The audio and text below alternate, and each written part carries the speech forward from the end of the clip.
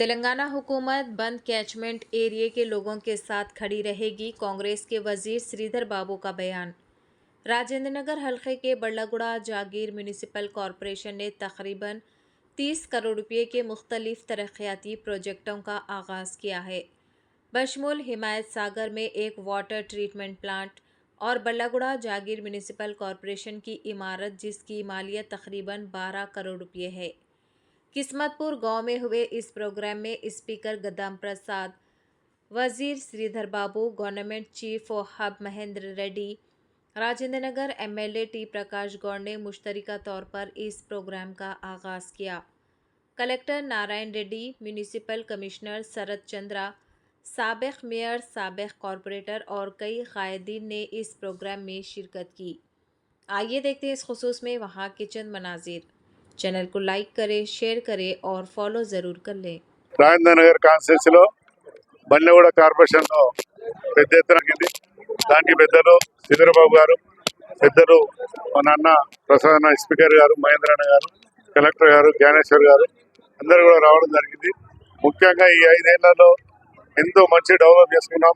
నిజంగా కూడా నేను ఎమ్మెల్యేగా ముందు గెలిచినప్పుడు మీకు అందరూ తెలుసు, ఈ అంతా కూడా ఏ విధంగా ఉండే, ఎట్లా ఉండే మీ అందరూ తెలుసు. మంచినీటి సమస్యకు పైప్ లైన్ పరిస్థితి ఉండే. నేను గెలిచిన తర్వాత నిజంగా కూడా ఈ 16 సంవత్సరాలలో ఎంతో మంచి అభివృద్ధి చేసుకున్నాం. అభివృద్ధి చేసుకుని ఈరోజు ఎంతో ముందుకు పోతున్నాం.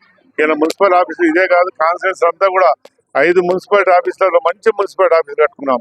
ఈరోజు దాని ప్రారంభం చాలా అదృష్టం. ఎందుకంటే రేవంత్ రెడ్డి గారి నాయకత్వంలో ఏ ప్రభుత్వం అని చేసే పనులను ఇంకో ప్రభుత్వం వచ్చి పూర్తి చేసే నేను చాలా గొప్పతనం మీరు చూస్తాం. మేము మా ముఖ్యమంత్రి అలాంటి ముఖ్యమంత్రి గారు రేవంత్ రెడ్డి గారు ఏ పనులున్నా పూర్తి చేసుకుని దాన్ని ఇనాం చేసుకొని ప్రజలకు సేవ చేయాలనే ఆలోచనతో అధికారులు కూడా దీనికి నిజంగా కూడా ఇక్కడ ఉన్న కమిషనర్ గారు, కార్పొరేటర్ గారు, మేయర్ గారు అందరూ కూడా ఎంతో సహకరించి 5 ఏళ్లలో మంచి డెవలప్ చేసుకున్నాం.